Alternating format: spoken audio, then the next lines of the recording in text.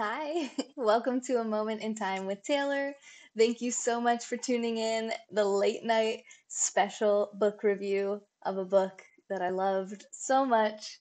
It's going to be a long video. Probably no one on YouTube will watch it after it's live because YouTube likes 10-minute videos, and it is impossible to encapsulate the amazingness of this book in 10 minutes. First comment to the broadcast over on Periscope, Mr. SJ Broker. Hi, how are you? Welcome to A Moment in Time with Taylor. Thank you guys so much for tuning in. Please be sure to check out our website, nextjuice.com. Click that support button and help us to keep this channel going and growing together. Thank you to all the contributors from the last 30 days. Let's wake up. Let's get to it. I am kind of sleepy. It's 1 in the morning here in New Jersey where I am broadcasting from, but I'm super excited about this book. I wouldn't be surprised if this broadcast went an hour or longer because I have so much to say about this. And if you guys are interested in commenting and getting a little discussion going, it's probably going to go quite a while. So, welcome to the late night. Get some water, settle in, and brace yourselves. Hey, Peter. Yeah, it's morning for you, right? So, this is perfect timing. Why not? Related to Dale Carnegie. I don't think so, Pascal. So, Andrew Carnegie, if you guys don't know, is kind of considered like the father of steel. He was born, off the top of my head, these numbers are probably not quite exactly right. I think about 1835 to about like 1920 or so. Maybe 1853, but he's in 1800s to the early 1900s was when he was around, and he was intimately involved in the railroad and the steel production of America during the Civil War, and really, really interesting guy. So let's talk about him. He was also the third wealthiest man of the modern age. He was worth $310 billion, and this is in the early 1900s. So I'm interested in accumulating and growing wealth, and I assume some of you watching are also interested in that. And I think there's probably very few people to learn better from than Mr. Andrew Carnegie himself. This is his autobiography, which means he wrote this. These are his words, these are his perspectives on not only business and wealth, but on the world in general, politics, family life, friendships, everything. And I would say there might be one person I also would want to learn about wealth from, and that would be Miss Oprah Winfrey. This is my next book that I'll be reading, so stay tuned. If you're not already following or subscribed, be sure to do that and turn your notifications on. This one's called Work It Girl, Run the Show Like CEO Oprah Winfrey, and it's written in the format of kind of like a children's book. So there's, oops, I just lost my bookmark here, but that's okay. I just started reading it today. Really nice, pretty pictures. I'll take pictures of those and put it on Instagram as I read through it. So stay tuned for a book review on that. If you don't know, I read a new book every single week. I read 52 books a year minimum, and you can sign up for my free book reviews at nextjuice.com. Now let's get into it. Now, what I thought was really cool about this book, before I even get into the book, I'm telling you, this is going to be a while. Just get situated if you want, if something to fall asleep to, this might be a good choice for you. There were a lot of parallels between this book and his interest and his passion for what he does and the book Atlas Shrugged by Ayn Rand, which is actually a 1,000-page book. This book here is about 300 pages. It's, I think, 330 some odd pages, and Atlas Shrugged is 1,069 pages. So this is a more succinct version, and this is a nonfiction book. This is the story of this man's life, Andrew Carnegie. But I've read Atlas Shrugged, and I couldn't help but see some of the parallels. So Atlas Shrugged is a book about a railroad company. It's about a fiercely independent railroad company, a woman who runs that company, and how she was kind of at odds with all the people around her, very unique. Not at odds per se, like she had conflict with them, but that she thought differently and was a very unique and different kind of person. And in the book Atlas Shrugged, she talks about the different the author Ayn Rand talks about different heads of different industries and companies, all that were very intimately related to this time period.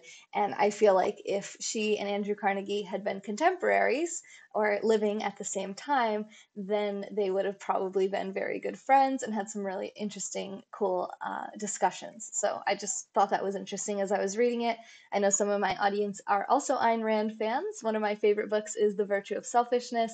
So I figured I would just let you guys know that because it was a cool book. If you've read Atlas Shrugged, to read about the actual railroad companies.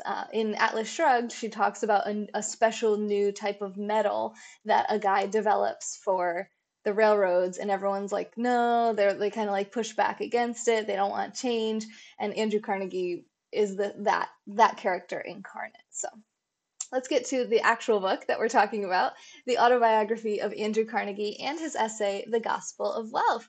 Wealth, I said wealth, wealth. Hey, Requiem, good afternoon. Oh, well, I don't know where you are in the world. Where are you, in Hawaii? Or are you in, I don't know where you are, but it's 1 in the morning here in New Jersey. And this is the book we're going to talk about now. And I'm going to talk about it in chronological order of the way that he talks about these things in the book. The first thing that he talks about is, I'm probably not pronouncing it right, so my Scottish friends, I'm very sorry. I don't know how to say it. I could have looked it up ahead of time, but it was already getting late. It's called Dunfermline, which is where he was from, in Scotland. So I didn't realize this, but he was actually born in Scotland. And he has a very intense, passionate love for Scotland, for Dunfermline in particular. Talks a lot about the different lifestyle, the different buildings, and it's interesting because then he eventually obviously moves to America, spends a very long time of his life in America, and when he goes back to Scotland, he's kind of let down by how small everything is because he lives in New York City for a while, and they've started to build the skyscrapers, which they also talk about in Atlas Shrugged. And he was like, as a boy in Scotland, he remembered everything being so glorious and huge, and coming back as an adult who had lived in the big city, he was kind of like, oh, I thought everything was bigger. I don't really remember everything being so small, with the exception of one building in particular, which the name escapes me at this moment, but they ring some bells at a church there. It's like some type of castle or something there in Scotland. And he said that that would be the last sound he would want to hear when he was dying, that if he could hear that sound as he died, that it would be the best way to go. So I thought that was kind of beautiful, very poetic, and it kind of lays the beginning of his life. And I would say his parents were what we would call upper middle class. So he wasn't born into extreme poverty like Oprah Winfrey was. He wasn't born into royalty or into wealth either. So he was really probably middle class, but potentially upper middle class because they were able to make the move from Scotland to America, which probably wasn't cheap. And it took, if I remember correctly, 6 weeks on a boat to get from Scotland to America. So just think about that. I mean, we can fly that now in what, 6 hours or so? Definitely less than 10 hours. And it took them a month and a half, 6 weeks long on a boat on the Atlantic Ocean in the 1800s to get from Scotland to America. And they set up shop in Pittsburgh. So what had happened too with the family is that his dad was some type of like spinner, like he dealt with certain types of threads, and he was slow to change. So I read another book that I recommend anyone read if you're having any difficulty with people in your life or in your business that are struggling with change, or if you yourself struggle with change, as most of us do, at least sometimes. And it's called Who Moved My Cheese?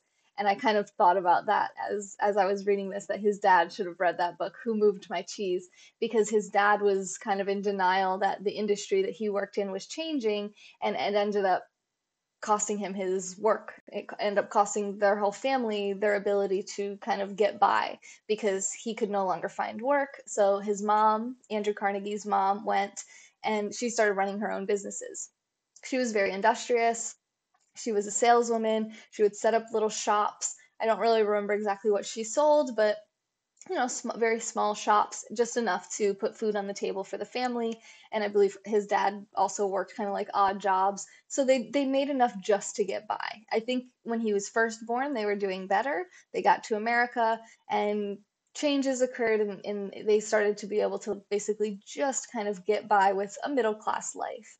And that put Andrew Carnegie in the position of needing to work from a very young age, needing to find work to help support his family and to put food on the table, and eventually to start to create a surplus with his family, which was such a badge of honor for him to be able to have extra money in his family and for them not to have to worry where the next paycheck was going to come from after a certain period of time. Hey there, Charlene. Thanks for joining me.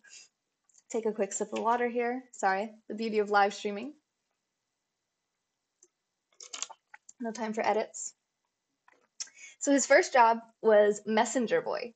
So he would deliver messages for people. Hello. And that was something where he first was able to really show his work ethic. He worked harder than, I wasn't there, but from his perspective, he worked very, very hard. And what's interesting, so as I read this book, I think the secret to what Andrew Carnegie was doing is that there's several tips that I gained from this book, but one of the most obvious ones is just work harder than everyone else is working, and you're going to be more successful than everyone else.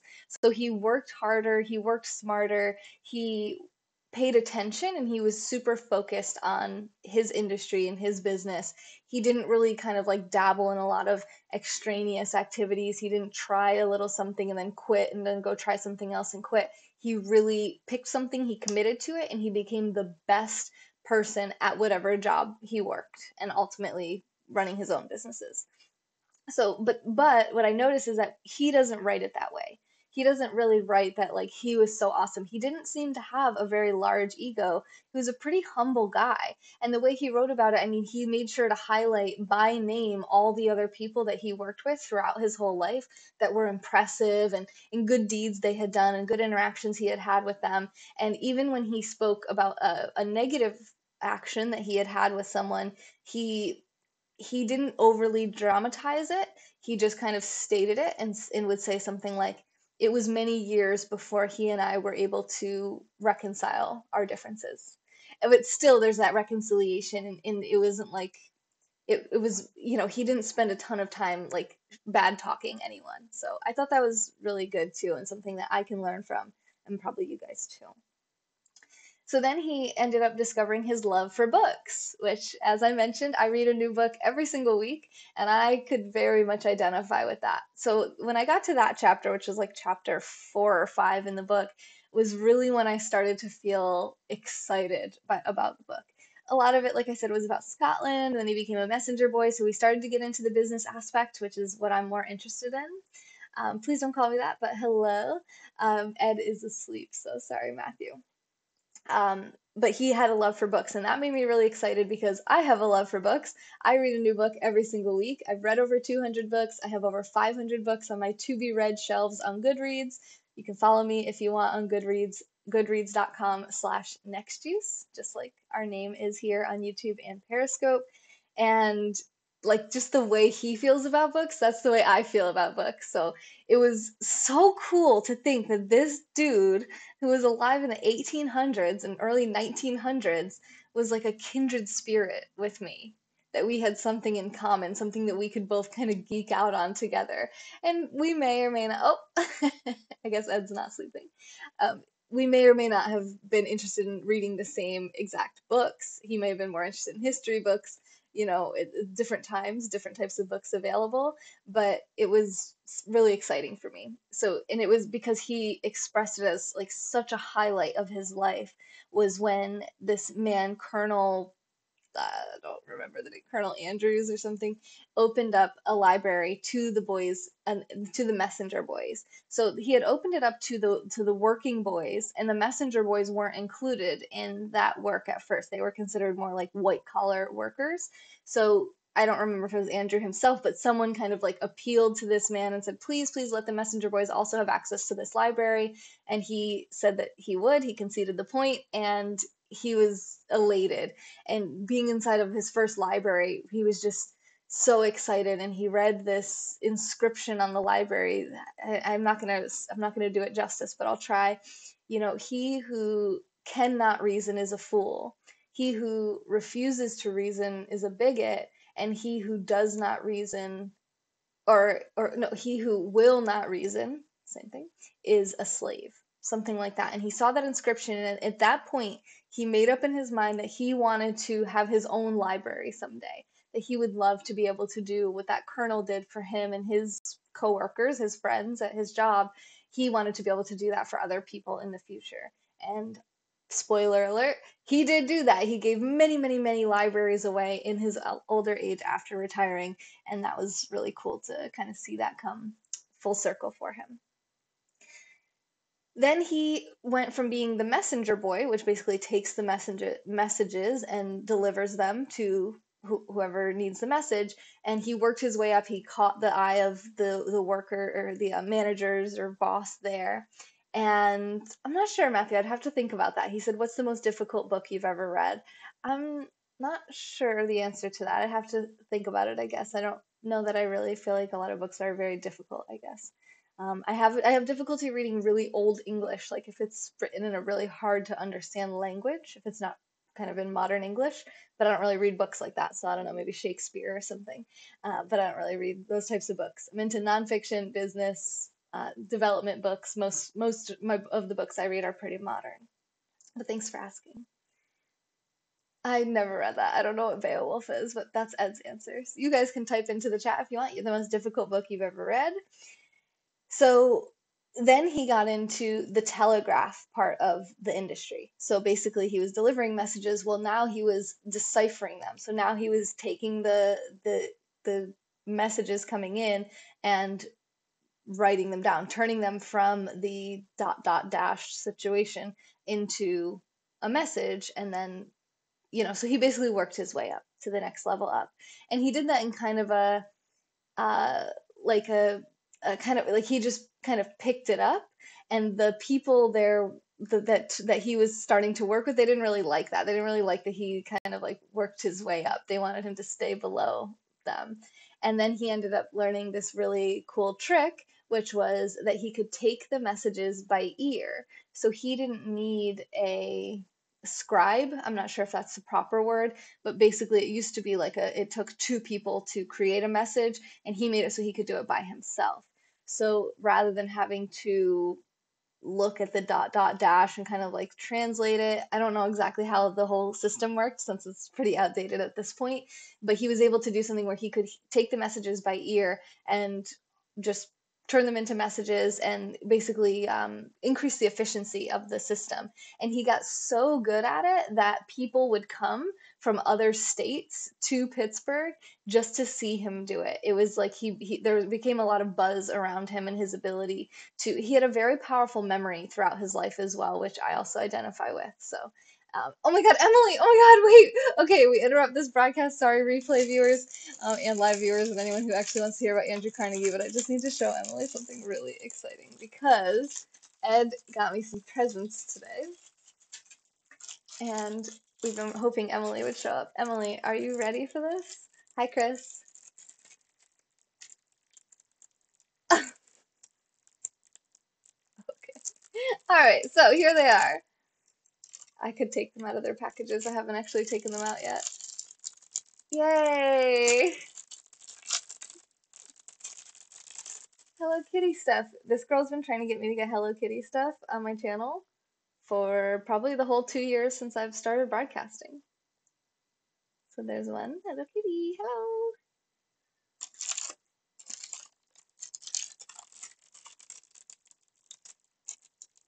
There's more. Another part of the beauty of live streaming is that we only stay on topic 50% of the time. Yay! Hello Kitty VIP. Do you think Carnegie's desire to give was from generosity or guilt? I think it was from, I will actually talk about that, the gospel of wealth. I think it was from what he considers a duty, public duty. Are my nails really dirty? Don't look at them. Okay, don't look at my nails, just look at this. Hi, Mark. Hello. Hello, Kitty. And this one kind of embodies how I'm feeling right now and what I'll probably do as soon as this broadcast is over. We've already been talking for 20 minutes. Oh my God, this broadcast is going to be... I'm about 30% of the way through what I want to say, kind of, maybe. I don't know. Yay!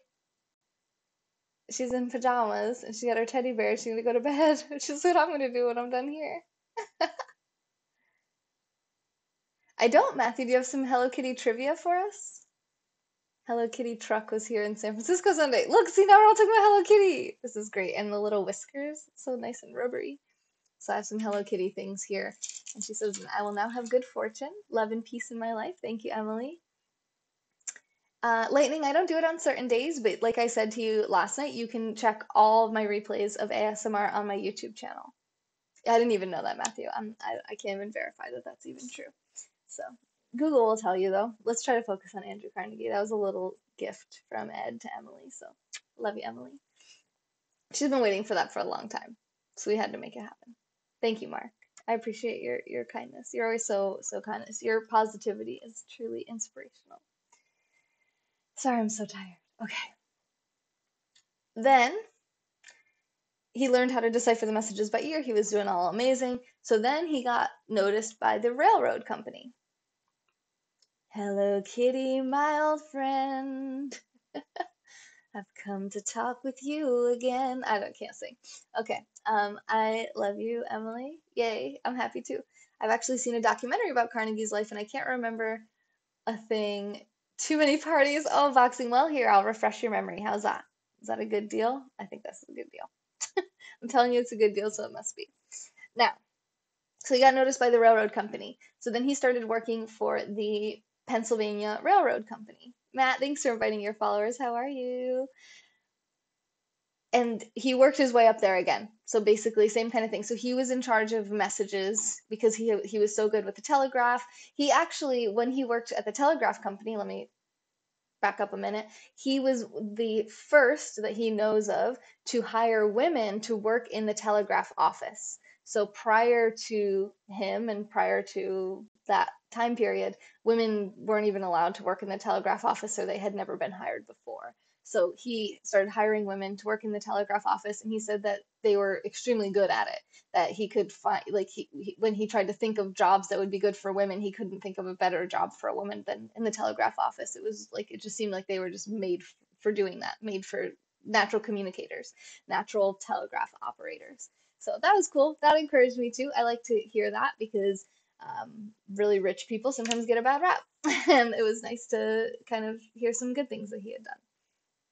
He inspired Think and Grow Rich. Nice. I liked this a million times better than Think and Grow Rich.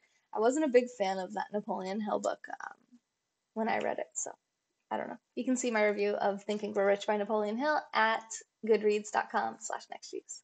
Or you can sign up for the book reviews on the website nextjuice.com. So then he goes to the railroad, doing the same kind of thing there, doing the telegraph operating. He's in charge of really important work during the Civil War. So the Civil War kicks in, and he notices that during the Civil War that the railroads are in pretty bad shape. They're in need of serious improvement, that it's not a super effective form of transportation.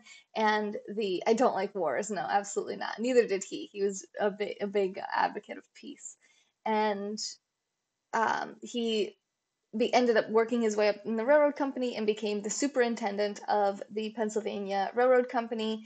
And from there, he was able to, because he was making such good money at this point, this was at the point where even before this, I think even when he was the messenger boy, he had started working his way up and he had extra money and he was able to bring this extra money to his family, which he was the son. Like it was him, I believe his brother, his mom, and his dad. Excuse me. And he was super proud of that. That was a big badge of honor to him, to be able to have a surplus and to have more than just what they needed to get by week to week. And they didn't really have to budget and ration so severely anymore because now he was making good money and supporting the family. And it made his father very proud. It made his mother very proud. It made him very proud of himself. So that was really cool. So at this point, he's making really good money to the point where he's able to start his own company with his brother. And that was the Keystone Bridge Company. So again, they're in Pittsburgh, Pennsylvania. Pennsylvania is called the Keystone State. And the Keystone Bridge Company, if you know what a keystone is with the bridge, it's like the most important stone to the structure of a bridge. And what they really prided themselves on with the Keystone Bridge Company was that their bridges never collapsed. They never had any problems with the structures of their bridges. Where a lot of other companies that were building bridges were using like the cheapest materials they could find. They were trying to find, the cheapest labor, and they were having issues where they weren't really very reliable, and they were having really big problems when they tried to send trains over the bridges. So they started to realize that cast iron was not sufficient and that wrought iron was better. So the Keystone Bridge Company started using wrought iron instead of cast iron, which really set them apart and got them a lot of business and a lot of contracts from railroad companies. So again, it all kind of progressed. Like he was a messenger boy, then he became a telegraph operator, then he got noticed for that. He kind of got noticed in everything that he did because he was so good at that. They noticed him at the railroad company, and because he was so good there, he was able to actually start his own company where he was really good, even in running his own business, at setting himself apart at being superior in quality. And that was his big thing, and that was a big, lesson that he taught in this book, was that as a business and as a person, you always want to have the highest quality. You always want to put your best product forward, your best foot forward, because that's how you're going to be successful. That's how you're going to establish a, a reputation that people are going to be loyal to you. They're going to trust you because you're trustworthy, because you do things the best way they can be done. Then, so he was still working at the railroad. Thank you, Matt, for the super hearts. He was still working at the railroad while he was running the Keystone Bridge Company. He worked at the railroad for 12 years. Yes, Victoria, very, very intelligent guy, for sure, for sure. Um, Thank you, Emily. I love you so much. I'm so glad that you can really thank Ed for that. He went out of his way to get that, so that was really cool. Um, he quit his job as superintendent of the railroad company. They had just offered him a big promotion, and he's like, listen, no, I need to just focus on my own business. So after 12 years working at the railroad company, and now he's a man, no longer a child, he never worked again for salary. He always was an entrepreneur from that point forward. So that was a big turning point for him as well. He resigned. He has his resignation letter in the book of how he loved everyone that he had worked with, but it was his time to kind of go out on his own and really focus on this iron building, the iron mills. So he started with building bridges, but then it became really any kind of iron, anything that needed to be made out of iron. He started working on just basically being like an iron producer. The railroad pays good. Well, yeah, especially back then, it was so new and it was such an important industry in transportation around America. You bought a domain today? Nice, Hitch. Good. Good stuff. I love that. Did you get it from GoDaddy? That's where I got mine from. Then he went from there, from building bridges, to opening mills that washed, and again, I'm doing my best here. I don't fully understand the processes here because he refers to them like everybody understands what this means because he wrote it in the 1900s, is they washed and cooked the waste left over from coal mines, which prior to him doing that, he learned about it from someone else who had been doing it, but on a much smaller scale. Basically, they would mine coal out of the ground, and then there was a lot of excess waste, something they called dross, DROSS. The town I live in is a historic railroad. It's the beginning of the Chisholm Trail into Texas. Wow, nice, Emily. There we go. See, we're all connected by railroads somewhere. I actually shared in my private broadcast right before this that Ed and I were doing a meditation earlier, and we were right near a railroad track, and it was we were meditating, and you could feel the rumble of the train. And I was really connecting with how I just read this book, right? I was thinking about Andrew Carnegie and steel and trains and like just how amazing this must have been back then and how amazing it still is today. Like, what are they transporting? Where are they going to? Is it still an effective means of transportation? How many companies use trains to transport their freight around today? Just kind of like thoughts while I was meditating. And we could feel the building we were in rumbling. And Ed was having a simultaneous experience to me where he was connecting with the building because he's in real estate, right? So he likes buildings, and he was like feeling that rumbling of the building and like thinking about the joists of the building. And it was just really cool. It's a cool little couples moment there. Added coke is leftover carbon powder, additive to high carbon steel.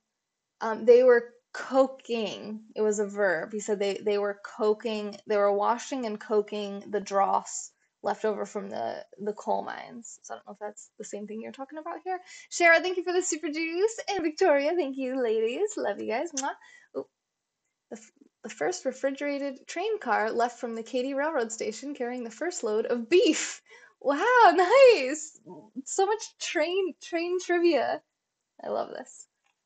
How much is a domain on GoDaddy? I don't know the dollar amount off the top of my head. I can look up my receipt at the end of this broadcast if you remind me, just so I don't have to interrupt because we've been interrupting a lot. I like the comments, especially the comments related to the book that we're talking about, just because of replay viewers. I want to be sure that I get through some of this stuff because the end is my favorite part, and I hope that I didn't lose you all already a half hour into the broadcast.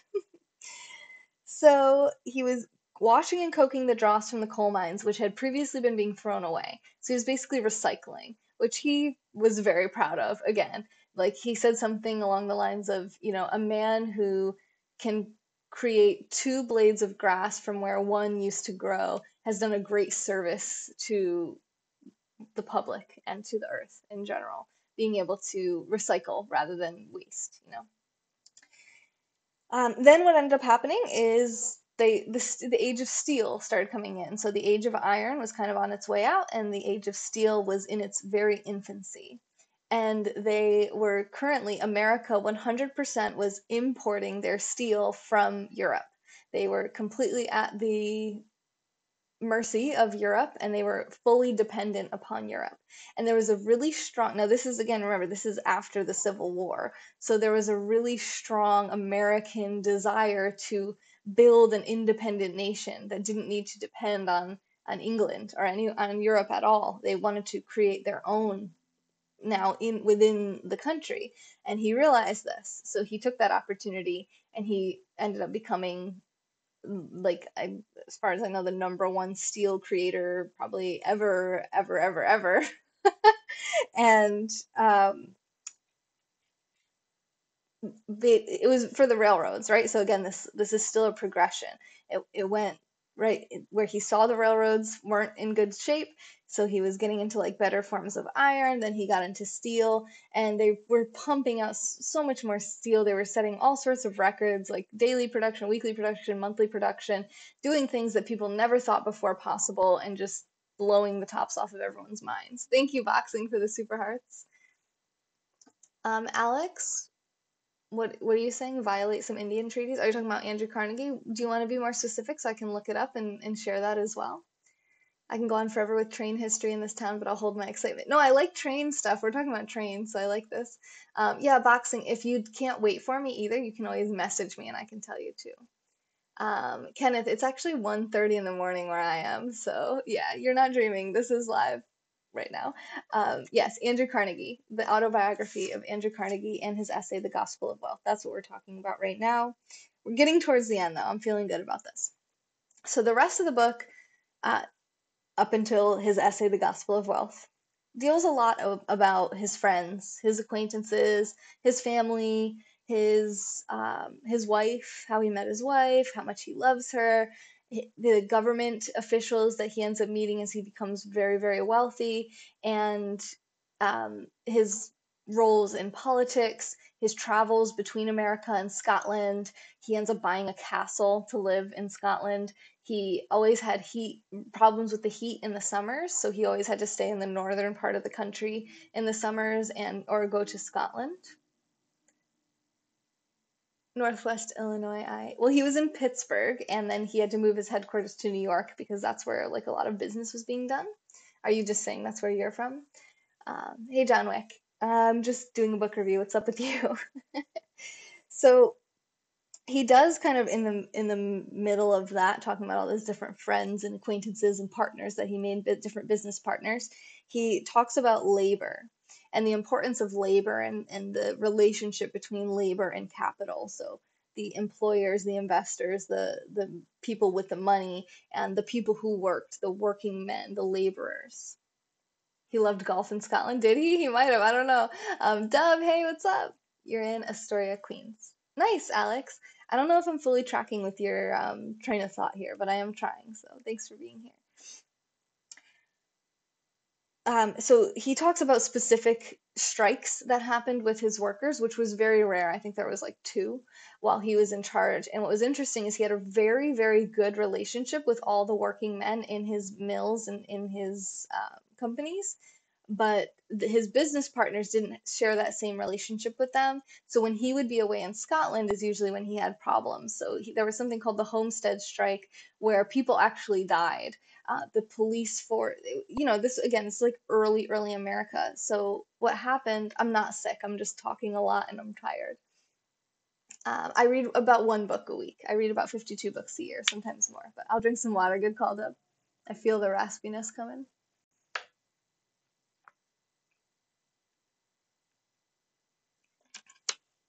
I am really tired. I might not pull off my full 3 hours today, but we'll get close. Amazing how similar this story is to Jeff Bezos.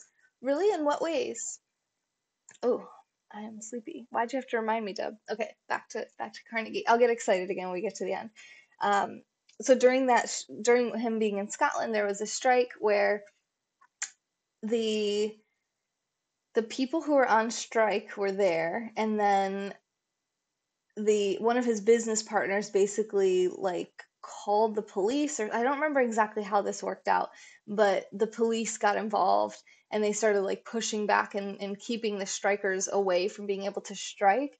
And then there was almost like a private militia or something that got involved, and there was bloodshed. People died. And actually, I might be exaggerating that. I don't know if people actually died, but there was like a lot of injuries. It was very dangerous.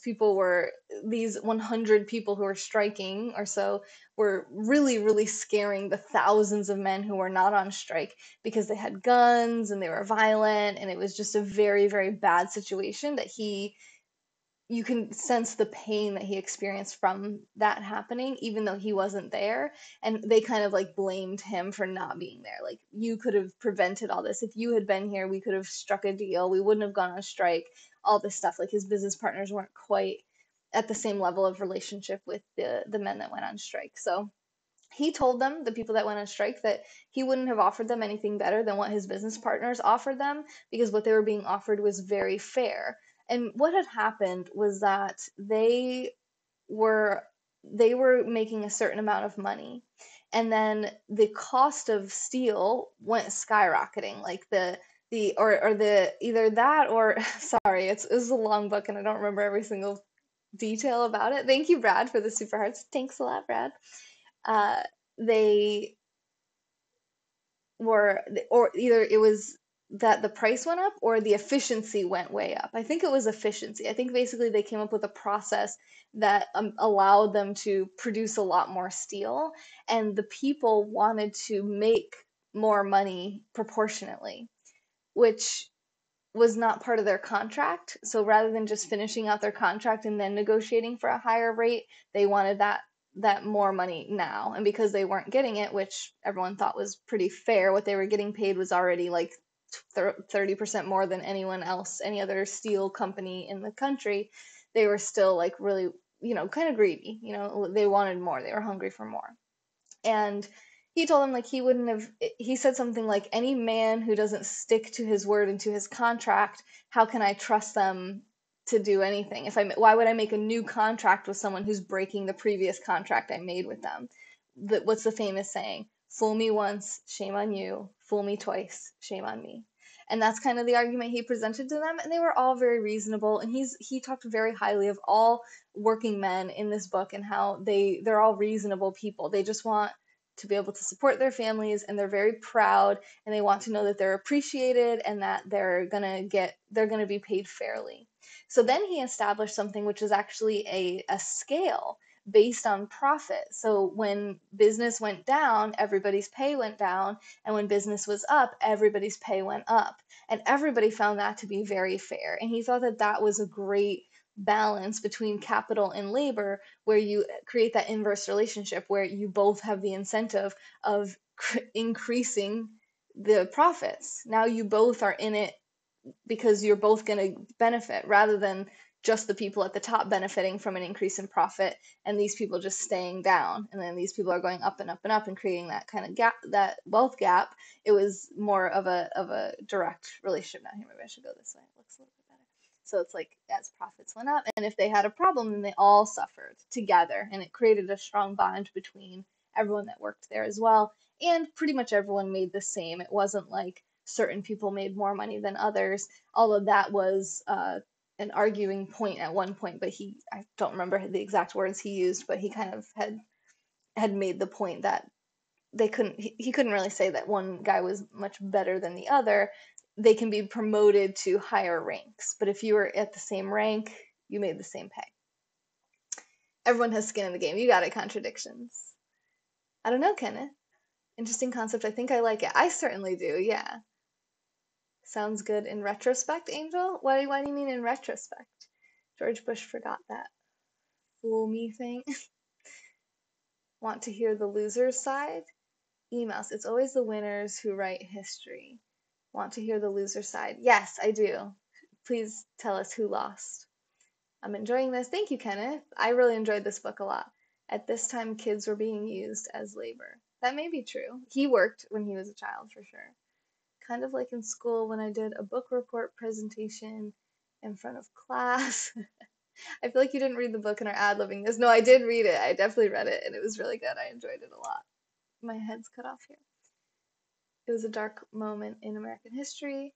That was anarchists. The cops were bullies, and the corporate owners' side was part of the rise of unions. They actually did not unionize. So what happened is they were wanting to unionize, but when he came up with the adjustable pay structure, they decided not. There was no benefit in them paying dues to a union when they each had made. And that was his other thing, was that he made individual contracts with every single person rather than like a few people representing all of them, because he knew that each individual person probably had their own opinions and their own desires and their own wants, and that the power of the individuals are important, and that a few people representing all of them was kind of like the bullies were the ones who were ending up setting the rules and pressing. And he realized, most of these people are reasonable. So just because we have a few people that are like trying to threaten us and trying to have unfair like wages, basically, that he would rather not have them and have everyone else, which I think makes perfect sense as well. Of course, punishment is what everyone thinks of first to deal with labor issues. I'm not sure what you mean, Angel. Only book review I do is Let's Rumble in the Jungle, Then Let's Be Good. What is that book? They compete for resources. Having a lot of employees would be tough. Absolutely, absolutely. There was a strike where the people who were on strike were there. What? Wages increasing. Very cool. Keep it up. That's my hope. Thank you, emails. How to deal with labor. You know your American history with a specialization in commerce. Listen, the more I learn, the more I know nothing. I just am doing a review of this book. This is the Autobiography of Andrew Carnegie. So obviously this is the story from his perspective. That's why I'm interested in what you guys think, if you have contradictory beliefs about this. Lou, thank you for the super hearts. No relaxation today. I went to yoga and I meditated. You'll need to be reviewing my book very soon. Yes, absolutely. That was amazing what he did. He built up America and made it what it is today. I agree, Kenneth. Unfortunately, the biography was as Andrew viewed things. Labor at this time had an opposite view. And where are you getting that information from, Emily?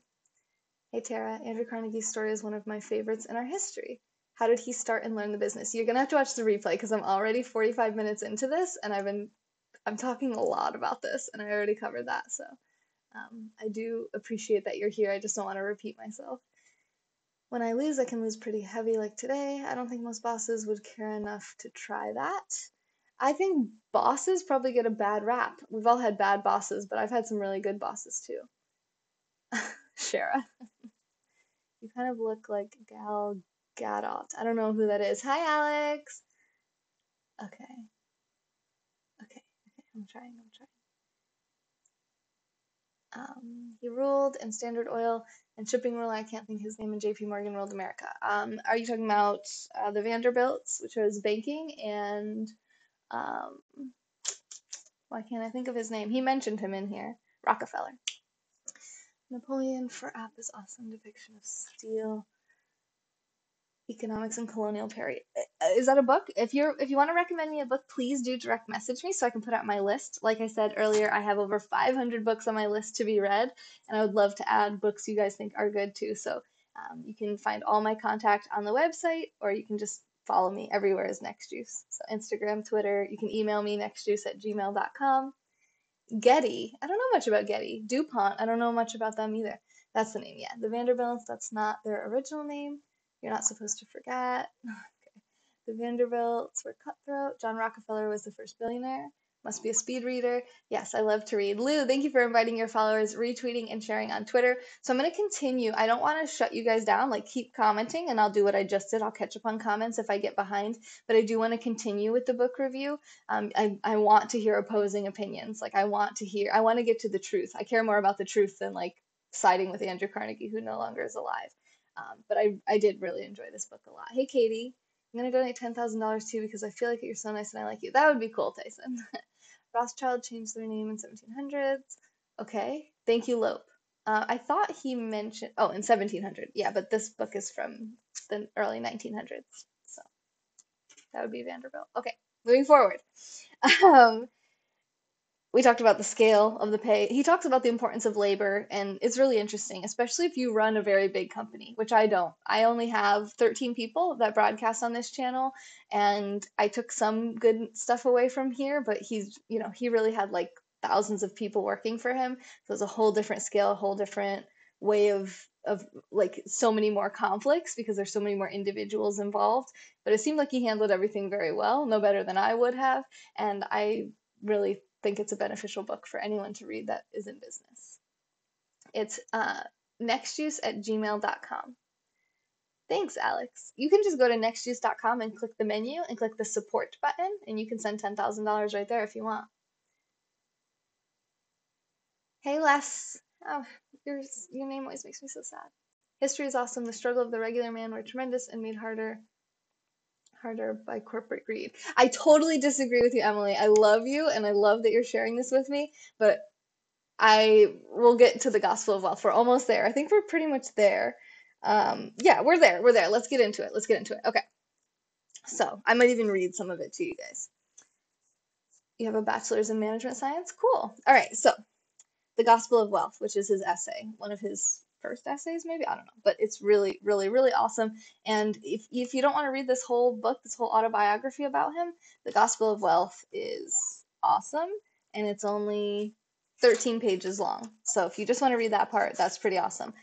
This is actually probably not under copyright anymore, right? Because he's been dead for over 100 years. Ooh, but it's Penguin Group, and they hate me. 2006. Ooh, please don't shut me down, Penguin. Does my name make you sad because it still doesn't sum up how insignificant and worthless you are? No, you know why it makes me sad. Okay. So the problem of the administration of wealth. So I'll share more about. I'll read some out of there if I need to, but let me try to just ad lib it, as Deb would say. So what he realized when he became extraordinarily wealthy was that he had way more money than he was ever going to need in his life or many, many generations to come after his. So he made it a mission once he retired to get rid of as much money as possible in the smartest way possible. So what he did is he created, as we talked about earlier, he created tons of libraries. He created public libraries, which wasn't like like we take that for granted nowadays. Someone said in my broadcast, I think it was Josh, just the other day, public libraries, that's still a thing. Libraries are still a thing. Like, yes, you can, wherever you live, you can go get a library card just because you live there, and you can get library books from the library for free, like a free rental, and then bring them back. And this was when I talked about when for the first time he went into a library and how excited I got because that's how I feel about reading and about books. And he felt that same way, and he wanted to give that gift to many other people. So not only did he give away, I don't even remember how many libraries, definitely over 20 libraries. It may have been like 100. I don't actually remember off the top of my head, but he gave away and created many libraries all around the world, not just in America, but in Europe as well. And he created pension funds for all of his employees at the mills so that they would be able to retire and have money to live off of after they retired. He created a heroes fund, which he had heard of a man he knew who was just a really great man and had died saving other people's lives. And he thought, there needs to be some type of charity, basically, that takes care of those people's families after they die, or takes care of them if they're seriously injured. Like, say the guy didn't die, but he was very handicapped. Well, and couldn't work. So he wanted to reward people who did things like that. They put others before themselves. They didn't think of themselves and self-preservation as much as they thought of saving other people's lives and just doing like the heroic action. So he created a Heroes Fund.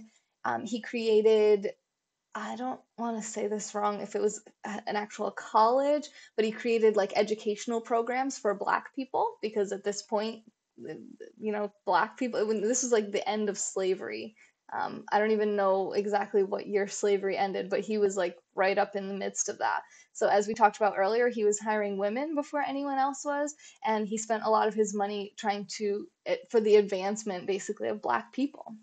And realized that no man or woman or white or Black person or whatever color person is better or different than each other, and that he refers to the race, the human race, as all being in this experience together, and everyone should have a chance. And I can sum this up, and he summed this up this way, and I think it's the best way. And I was just this is how I feel, and I didn't realize this is how he felt, and it made me so happy when I realized that's pretty much what the Gospel of Wealth was about. Is that he says that what your responsibility is, your duty with excess wealth, is to help those who help themselves, to help people who truly deserve it. And he says the best person to decide who deserves your money is you, because you created it, right? We're not talking about people who inherited a bunch of money or won the lottery. We're talking about people who are self-made like he was, people who worked their tush off, worked harder than everyone else, worked smarter than everyone else, and acquired excess money, more money than they need to live the rest of their lives, and now can take that money and do what they think is best with it. And he says, and that's your duty. You don't just leave it. You don't just die. You don't just like hoard your money and then die and who cares what happens because you're dead now. No, you are the brains behind what made that money come to you. So don't be irresponsible and just hoard it and then leave it when you die, because obviously you can't take it, right? So he talks about there's three ways you can do it. You can do what he did and try to allocate that's the word, allocate as much money to what you think is worthy cause and worthy people as possible before you die. That is what he says is the best thing that you can do, and it's what you should do. And I agree with that. I think that's really smart, and I like that he talked against indiscriminate charity, just giving. So you see a homeless person, so you just give them money without really knowing anything about their situation, especially when you have it in your, like he talked about a guy he knew who would give this homeless guy a quarter every day because he just felt bad, like he felt guilty if he didn't do it, and he suspected that this guy probably wasn't spending that money wisely. He was probably doing, he obviously there, he was homeless for a reason, and rather than like give the guy a job or education, he was just like giving him very like nothing worth.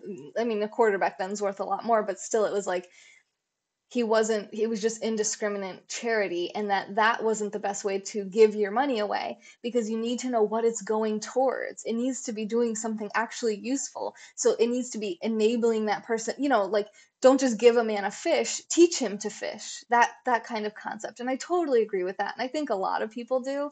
So it's not even something we probably need to argue, is like whether or not you should just give money to someone just because, or if you should try to actually help them and actually figure out if they're going to use it in a good way, right? If they're going to go and spend it on harmful drugs and that's why they're homeless, well, maybe a rehab would be a better thing to spend your money on and to donate your money to people who can actually help that person. Because you might not be able to help get them off drugs and get them to use their money in a wise way. But there's plenty of people who, I don't know about plenty, but there are people whose that is their passion. So if your passion is business, you can help other people to accomplish their passion. Like for me, it's getting this channel live 24 hours a day so that people can connect 24 hours a day with a positive community because there's a lot of negativity they're dealing with in their lives. I used to want to kill myself. There's been multiple people through this channel that have told me that they did not kill themselves because of the content on this channel. And to me, that changes the world. That saves the world. I mean, even if it's one person, one little thing at a time, $5 at a time, everything that you guys contribute to me and to this channel goes towards that mission and goes towards trying to create good, positive content. And if you don't know, like I'm very, very frugal and wise with my money. And that's what he's saying. Like you want to support, it's like, it doesn't even feel like charity, right? This is not a not-for-profit yet. I'm considering becoming a not-for-profit, but it's not. So I still have to pay income tax and everything on what you send. It's like buying a service. You're buying the channel, right? You're like paying for the channel, but it's what he would say is like how you should give charity. And this is what I was talking about recently. Like that's how I like to do charity. I don't like to just say, okay, and this is gonna be this is probably like not a great time to talk about this. But sorry, I'm just gonna say it. This is gonna be kind of weird probably. Maybe I could use something else if there's another example. Like what's something that people do like for charity that's kind of like doesn't necessarily actually help the problem. Does anyone want to like toss that out? Thank you, Lope. I know, but I also want to be like sensitive to other people's opinions too. Um, I don't want to answer that question, Shucks, just because I'm very private in terms. I'm 28, if you're trying to figure out how old I am, but I don't really like to be like too specific about things that might help you find like where I live or something. Um, why are you making that face, Katie? Let's say like, mm, how about I give like there's a website called I think it's called CharityWatch.org, and they talk about what percentage of the money that's raised by this company actually goes towards the cause, and what percentage of the money goes towards administrative and overhead. So like the American Red Cross, 89% of the money you donate to them actually goes towards the cause, towards blood drives, towards disaster relief, and 11% of it goes towards administration. It goes towards paying the people that work at the Red Cross and the people who file the paperwork and the people who take the blood and, you know, everyone who's not a volunteer. So, thanks, love. So, some charities aren't that way. Okay, so some charities have a massive overhead. Their CEOs are making millions of dollars every year, and your money isn't necessarily going where you think it's going. That's why Doctors Without Borders. Thank you guys. I love you guys, and I'm missing lots of comments, so I'm sorry. I will scroll back. I did see there was a lot, so I don't know if I'm going to catch them all, but I am going to try. And thank you for all the super hearts. Hopefully, I didn't miss anybody. Lou, I saw you. You're the top contributor right now. Shara, Matthew, Boxing, Victoria, Lou, and Brad. I think I said thank you to all of you, but if not, thank you, thank you, thank you. Salvation Army. I think I heard Goodwill is an example of one that has a lot of overhead. I don't know. I didn't actually check myself, so that's all hearsay. But be wise about the things that you choose to contribute money to. Do contribute money to things that are actually going to help whatever you're trying to help with that money. Yes, Rich, that was actually on April 3rd on what we call match day. So they matched all the money that came in that day, which ended up being about $1,000. So that ended up being a $2,000 day. Oh, and I forgot to say, shout out to Cheese and Crackers for becoming a monthly sponsor today. That was so awesome. Thank you, Alex from England. And there was another person that I don't want to say their real name, but I don't know their Periscope name. So if you're here or if you watch this on the replay, just let me know your Periscope name so I don't give away your true identity against your will. But they sent $10, so thank you. person who sent $10. I appreciate you. They didn't put to keep it anonymous, but I don't really like to say people's real names until I know for sure they're okay with that too. So, Medicine Sans Frontier is another one. Okay, cool, cool, cool. All right, all right, all right. So I loved that so much. I loved that he was all about, helping people who help themselves. It made me so happy. And then he talks about, so this is what I wanted to share about Emily before. I can say your name? About what? Sonam 108. Follow her. She's awesome. Just talking about a book, that's a good thing. Thanks, Lope. I love this book. My thing's falling out of my ear. Emily! Okay, good. Emily's back. Emily, don't hate me. I'm just gonna read what he said, okay? Look, I have Hello Kitty, so you can't be mad. Okay, okay. It's happening, it's happening. So, I actually shared this on my Instagram story, so you might already see that. No, I wasn't gonna, no. I don't have any problem with that organization. Okay, I'll just say, I was gonna say like walks for certain things, but not because of you. Like this, me and Ed were talking about this before anything with your walk, but it was like a little bit of a joke, like what does like walking do for like the thing, like, but I get like, I guess I don't get it, but it's okay. Like you can tell me when you go live. And yeah, that was it. It was like, I was gonna use that as an example, then I was like, well, it's not really nice because my friend is doing that. I've done 5Ks before in the past, but it wasn't because I was like, oh, I'm like doing this for this reason. It was more like my mom was like, oh, I'm doing this. Do you want to come with me? And like friends were there, and it was like different. But that's like, it's not like it's bad to give to the organization. I just don't understand the walk part. Like, why not just raise money for the cause? And then, like, why do we have to walk? I don't understand it. You do marathons, Rich? For physical health or for like causes? I'm just curious, like what that's about. Like what is the walk for? Like what does that part of it do for? There's a hair on it. For it. You do something to get fit out of it. So it's just for your personal physical health, basically. The link is the Wikipedia, but you can Google to get the video. Link? Oh, did you message me, Emily? Okay, I'll go look at that.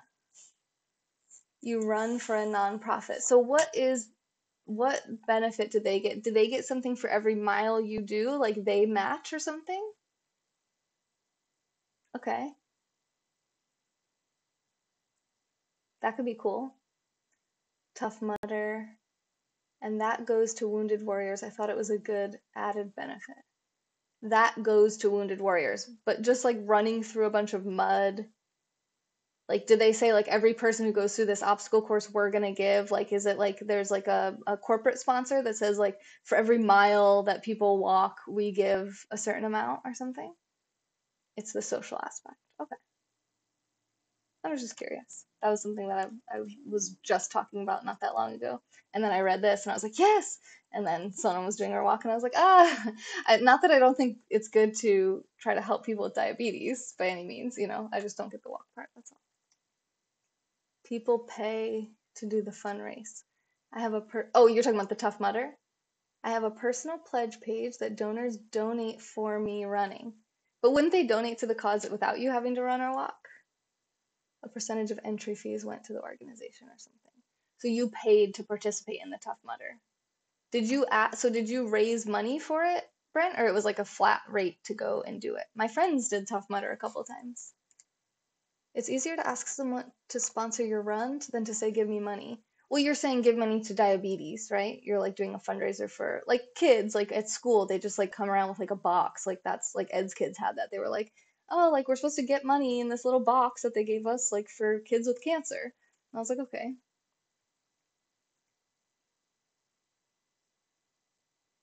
That's the way you raise money. People pay to do these events because they want to. I thought you just raised money and then you walked. I thought it was like two different things. See, I don't know anything about it. It's a link to a series called The Men Who Built America. It tells the story of Andrew Carnegie and others. Okay, I think I've heard of that before, actually. I worked for a marketing company, and some clients were huge charities, and you'd be surprised how little. Yeah, yeah. I'm doing a candy eating contest. People will give way less and there's no fun event. Really? Have they done studies on that to see if people would give more or less if you walk or don't walk? Sweating activates the parasympathetic nervous system. I understand the benefits of walking. Flat rate. I just don't get the charity aspect of the walk, I guess. Flat rate, I think like or like 5Ks. We can stop saying the walk because I'm not talking about that specifically. Like let's say a 5K, which is actually way less than someone's gonna be walking for like 4.5 hours for that. I think like $150 or something total, and a percentage of that went to Wounded Warriors. $150? So did you raise money for that or you just paid? So basically you're like donating to Wounded Warriors. You'd be surprised how little money goes to charities. Yeah, I hope not.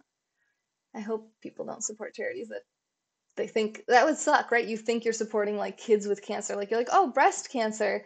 Awesome. Like I'm gonna put an end to breast cancer because I'm not a doctor or a scientist, so I can't do that. So I can like give money towards research. And then you find out like the CEO is making like $5 million a year, and you're like, what now? So the nonprofit pays my entry into the marathon, and I raise money for their cause. You can't make yourself sweat on purpose, like blinking. It's an awesome series. Oh my God, there's like 10 conversations happening. It's a way to raise money by doing these events, otherwise no one donates. Oh, that's sad that nobody donates. I feel like there's a lot of philanthropy out there that people donate all the time, which that money goes to the schools in my nonprofit. Like people would more likely watch me complete a challenge and give money to the charity. Okay. I didn't know that. I didn't know it actually increased the amount that people give. Just paid out of pocket, no raising money. Interesting. I wonder if people raised money for it so that they could attend, like so that they could do the Tough Mudder, you know? I didn't realize it was $150. Damn. That means my friend and her husband paid $300 to do that. Same with galas, where they serve dinner and have a silent auction, and you have to pay for a ticket to go. But that makes sense, right? So people donate the items for the auction, and then people pay for a ticket for the auction. So then they raise money for the event, and they win things. Like that makes sense to me. Mine is Action for Healthy Kids, and I run the Bank of America Marathon. Interesting. I'd be interested to look all these things up on Charity Watch. And all the money goes to the charity, right? Yep, I've done silent auctions before. Please let me know when you watch the series. I'm sure it will give you a perspective of the struggles. The walking is an event that brings attention to it as well, right? To diabetes, just like protests do. Yeah. Oh, just like protests don't literally change laws. That's frustrating. You know what changes laws? Lobbyists. So that's like rate like having a lot of money is good for actually affecting change, I feel like, which is kind of what he says, like take your money and make sure it goes to what you want it to go towards. So it's nothing against the actual raising money that I'm against, you know. So an event that brings attention to the charity, you're saying? That makes sense. Like they're like, oh, we're doing something that because walking would be related to like being healthy yourself so that you're kind of like making yourself not have the problem, the ailment. My boss also had a direct sales company, and the first 6 months you pay to charity goes to my boss. What? Not quite. Businesses donate to silent auctions to help raise money for charities. What? Not quite what? What did I say that wasn't that? Some people pledge a certain dollar amount per mile. Okay, so I've heard of that before too. They could just donate themselves. It's like saying I'll do something in return for you to give to. Okay, like a publicity event. Okay, I get that. Hi, Bill. It was like marketing, basically. Okay, I dig it. I'm down for it. I like it. People always like ask me for money for charities and stuff, and I always want to know. I had a good example of this I was telling Ed about. I got stopped walking home from the beach, Clearwater Beach, one time. Not walking home, sorry, walking back to my car. And this guy stopped me on the corner and he was telling me, what was it? Nature.org. You can look it up if you want. Nature.org. And, oh, I should put that in the charity watch thing. I'll do that after. I mean, this is pretty much done. I just want to read a little bit for Emily what she was talking um, about how like corporate people, corporate greed is bad and separate from like every other person. And I think that's an interesting concept that I want to talk about too. But this is just my example. So this guy tells me that they're stopping the red tide, right? They're working, they're saving dolphins, and they're helping against the red tide. And I was like, oh, that's really interesting. What's your website? I'll go research it because I don't just trust some guy on the corner trying to get me to like pay him money. So he's like, well, yeah, tells me that website. I'm like, cool, I'll look it up. I will go look it up. It's really easy to remember, nature.org. Perfect. I think it was nature.org. And so then he tells me, but yeah, but I mean, you should like sign up for $20 a month. And I was like, well, maybe I will, but I have to go like research it and make sure that you're actually doing something that I think is worth $20 per month or maybe even more. Like maybe I want to give money to something.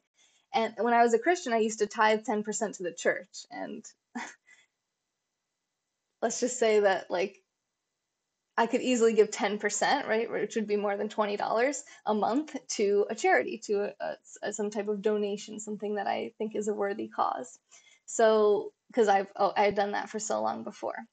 He was really pressuring me and he was explaining to me that, well, not only do they help save the dolphins, but they have to pay people like him to stand out on the corners to raise awareness, to bring money into their business. So basically, like he wasn't volunteering to do this. You know, he was like he needed to raise enough money to pay his own paycheck. Like he probably got some uh kickback from how many people he got money from that day or something. You know, it was really strange. And when I went to their website, I could not find a damn thing that they did. Like there was a lot of like hype. Like I said, like we love the environment. The environment is very important. Like, yeah, true.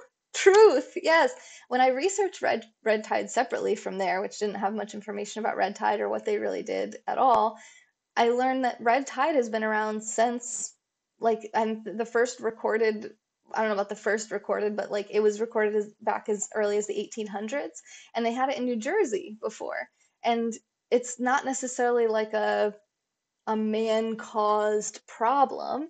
And yeah, it's really sad that it happens and that animals die because of it, but it's kind of like when we had like an ice age, and it's almost like a natural thing that happens, and these people are exploiting something that potentially naturally just happens in Earth, and it's sad. I mean, just like um, smallpox was sad, you know, a lot of humans died.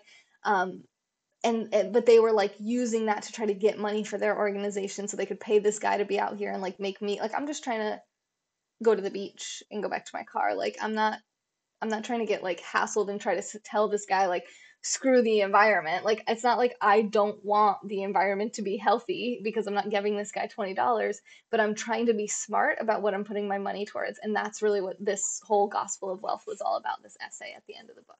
Sorry, I missed so many comments. Like, say concern charity paid my boss 70 quid for every person he got signed up.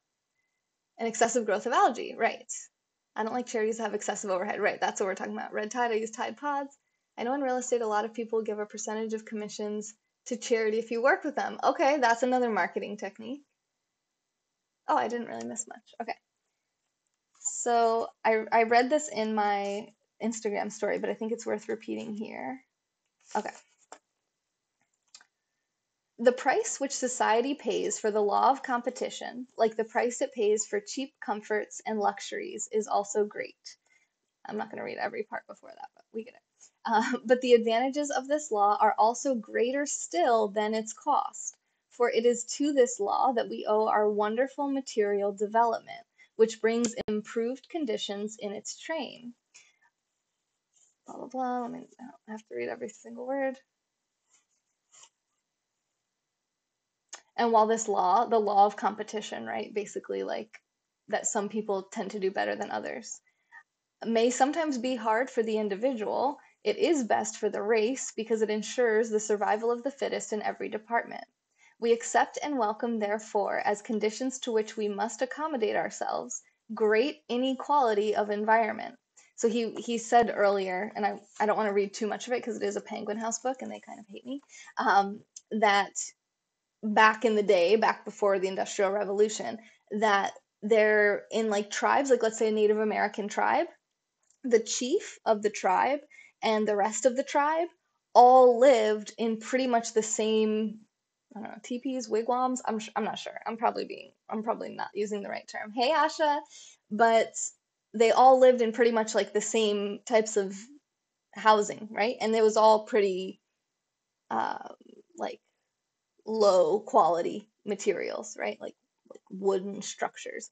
I mean, they were cool, don't get me wrong, but they weren't like a castle. You get what I'm saying? Like, and now he's saying back in the 1900s, you have like people that live in mansions or castles, and then you have people that live in squalor. So there's a big difference now between the poor and the rich, but the average person is living a much higher standard of living than they ever lived before, and they have access to things that were considered huge luxuries. Like he was saying that the middle class of then, of the 1900s, has access, and definitely of today, actually probably the poorest people of today, of modern day 2019 America and modern world, has access for very cheap to things that the kings of times before never had.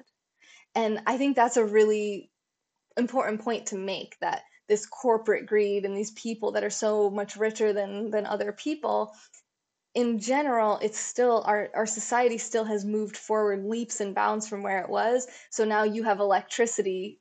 Probably everyone watching this, if you're on a smartphone watching a live stream, you have electricity, right? You have a roof over your head. Maybe you have like five roommates and you're like, yeah, I'm not making very much money. I don't do great, but you're still living better than a king lived in like the 1700s in England, like the king of the entire land. Didn't have electricity. Like there were like rats in his